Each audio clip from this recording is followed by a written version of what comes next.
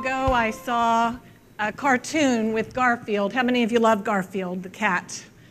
And the cartoon very simply said, I might as well exercise. I'm in a bad mood anyway.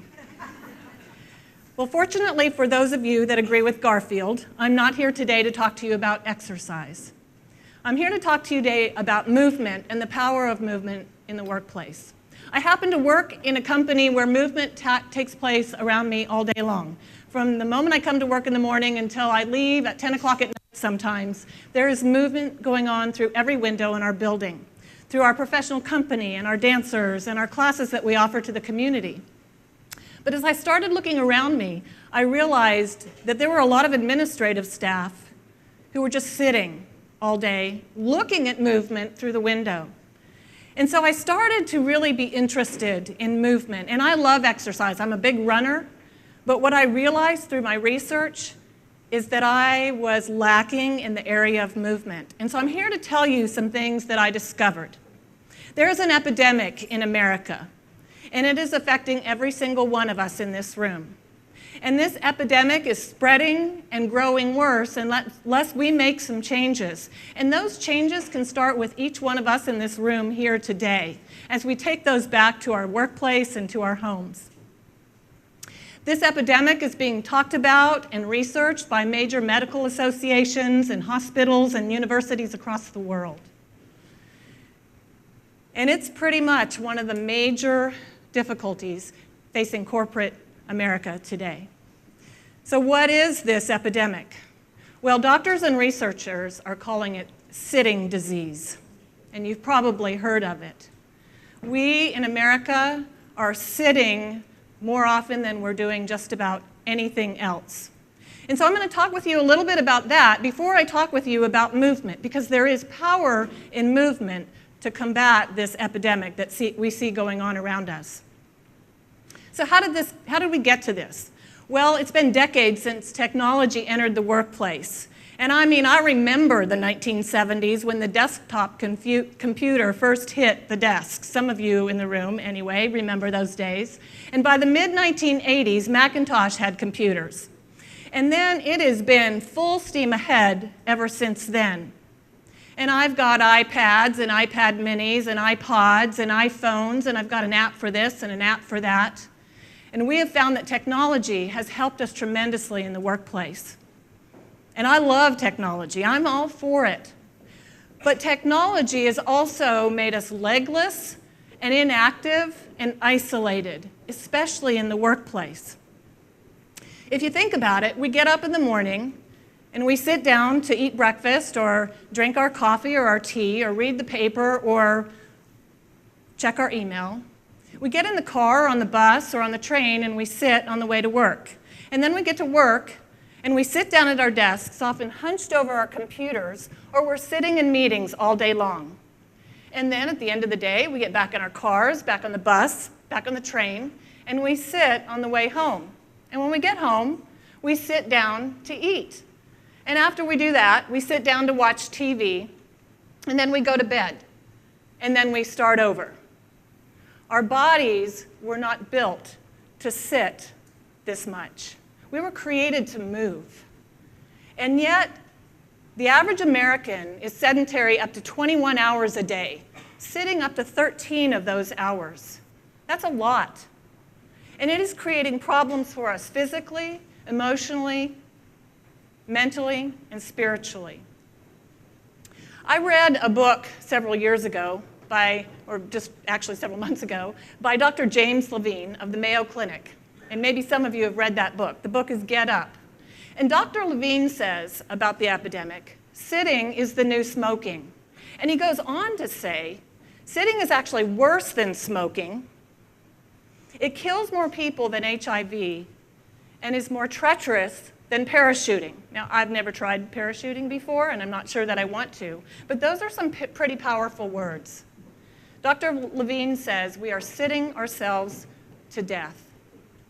Do you know that in the course of the day, speaking of technology and speaking of sitting, the average person uses up to 70 labor-saving devices? That's pretty powerful.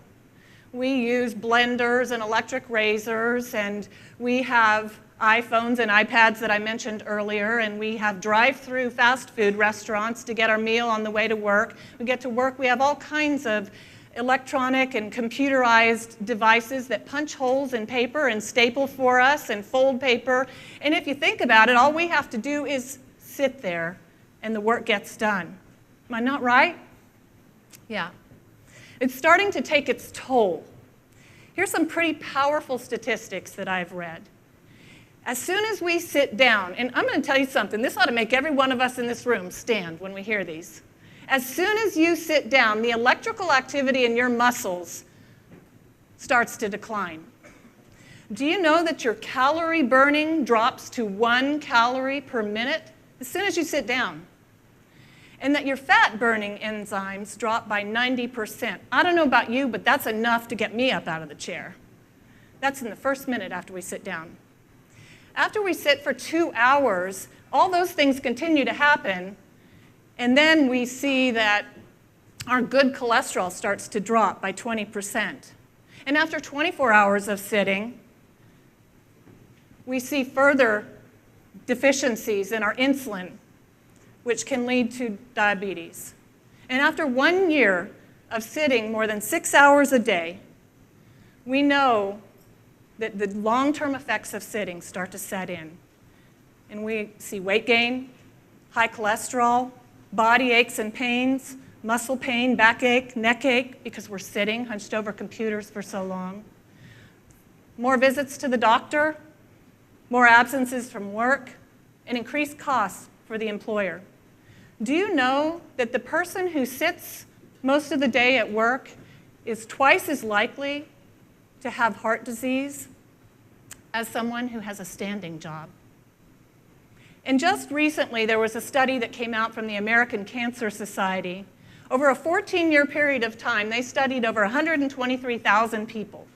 And they discovered, and this is for the women in the room, that women who sat more than 6 hours a day were 40% more likely to die during that study than women who sat less than 3 hours a day. Those are some pretty powerful statistics. So what is the answer? Exercise? Exercise is great. And we have implemented exercise places in the workplace, but I'm here today to encourage you to think about that. Because building fitness centers in the workplace, paying for employees to have gym memberships or to attend group exercise classes is not the answer for sitting disease. Exercise is good, and we should add that into our day as well. But there's been research recently out of Dallas, the medical center in Dallas, that shows that 2 hours of sitting sufficiently negates 20 minutes of exercise. So what is the answer? Movement. It's really very simple. Sit less and move more. We need to get up out of our chairs, and we need to create opportunities throughout the day to move our bodies.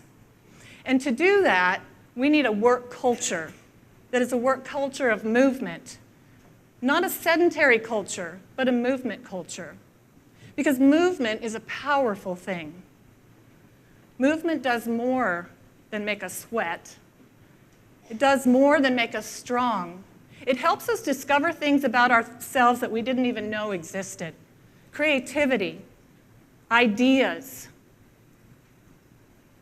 inner strength, passions. We need to begin to move. And the message to every one of our employees, and you can be the leaders in this, is give your body what it longs for, movement. And do that here, today, in the workplace, while you're working. Because we've gotten really good at saying, after work, be sure and go to the gym on your way home. Before work, let's go to the trail and run. And on your lunch break, let's make sure we get in our 60. But I'm here today to say to you that this workplace culture must encourage employees to move throughout the day and find opportunities for movement. How do we do that? Well, it starts with leadership. It starts with management. Leadership and management, and you all are leaders who are passionate about creating an environment that encourages employees to be moving, to get up and be active. An environment of trust. Trusting that you know that if you see someone up walking around, if you see someone just standing on the job, if you see someone leaving the building and taking laps around the building, you are trusting that the work is getting done. It takes employee buy-in. There must be a bias towards movement in the workplace. And so therefore, you have to educate the employee, inform them. Why are we doing this? Why do we want to get everybody up and moving? Educate them and inform them. Some of the statistics that you've heard here today and the importance of good nutrition and exercise and moving their bodies and what sitting does to us. There must be motivation. Sometimes motivation comes from information and education, but most of the time motivation comes from those things we experience. From the inside out, we know this is right for me. I've got to do this. For me, it happened when reading all these research studies, recognizing that everybody was sitting in their desks all day long. When I read Dr. Levine's book, Get Up, I was convinced. When I read the studies from the American Cancer Society and from the Mayo Clinic, I was convinced. But when I got up out of my chair and began to strategically find ways to move my body throughout the day and discovered the power of movement and how good I felt at the end of the day so that I wasn't going home and feeling done, I was converted. So what does movement look like in the workplace? How do we become creative about getting each one of us up out of our chairs? How do we do this? Well, through creating culture, leadership buy-in and leadership support, fully embracing a culture of movement, promoting it, talking about it, encouraging it, and rewarding it. But understanding that it's time we take a stand, and I mean literally take a stand. And so therefore, some things that we can do. Stand up at work. Just choose to stand up. Stand up when you're talking on the phone. In fact, when your phone rings in your office, that becomes the cue to you to get up out of your chair and stand while you're talking on the phone. Adding those few minutes of standing during the day will go a long way to fighting sitting disease. Standing desks, those are becoming more and more popular. Standing meetings. Standing lunches. Oh, I know there's a lot of controversy with that. I can still remember my mother saying, it's not good for you to stand while you're eating your meal. But 67% of office workers eat lunch at their desks. And no matter how healthy the meal is, you are doing your body a disservice by never even getting up out of your chair. So stand up. Stand while eating. Take a walk to the park and eat. Take a walk to the lunchroom, or just go to another part of the building. Stand up. Be strategic about movement in the workplace. I removed the waste paper baskets from my staff's office area several months ago, and I placed them down the hall and in another area. And for a while it worked. It got the point across where every time they would have to throw trash away, they would walk down the hall. Until I started finding paper on the floor, it worked real well. But it made its point, and they realized how often they were getting up to throw things away. Just create a fun atmosphere that you can encourage your employees to get up and get active. Drink lots of water. Take lots of trips to fill up your water bottle, and then drink more water, and take more trips to fill up your water bottle. One thing I know about that, and this is strategic, if you do that, you're going to take more trips to the restroom. It's just the laws of nature. And so it's a creative way to get yourself up. Find creative, strategic ways in your office to move your body. Get yourself up out of your chair and begin stretching, doing push-ups on the floor, wall squats, knee bends. At ballet, we call them releves. Whatever you can do to move muscles that normally would not be moving because you're sitting in a chair all day long. Find exercise incentives to place on your desk. Maybe those things, maybe a resistance band that you can use when you are thinking or reading something on the computer, or small weights, or even a rubber band. Anything that you can do to physically move your body at work. Create walking meetings. In fact, ditch the conference room and have meetings on the go. Find other employees who will walk with you. Don't take shortcuts. We have a bathroom at Ballet Austin that to get to the back hall, we can walk through that bathroom and it cuts about 1,000 steps. Now that's a lot of steps. So I am trying to set the example of not cutting through the bathroom, taking the lawn cut around, walking the stairs. How long have we been saying, stop taking the elevator and walk the stairs? And if you're going to sit actively and sit healthy. We have got to take a stand, literally, to move our bodies more in the workplace and to quit looking around and looking outside and seeing bodies that are moving and long for that. And you can make a choice to just stand up and make a big difference so that at the end of the day, you are feeling vitalized and ready to go on with life and not feel done because you're so drained. Sitting will take it all out of you. Movement is a powerful thing. Make a choice today to find ways to move your body at work and to stay active as much as possible and encourage those around you. Set the example, model it for them. We have the power to change a person, a place, a company, and beyond. So stand up. Everybody stand up and repeat after me. I will not take this sitting anymore. And I will be the catalyst for more movement in my workplace.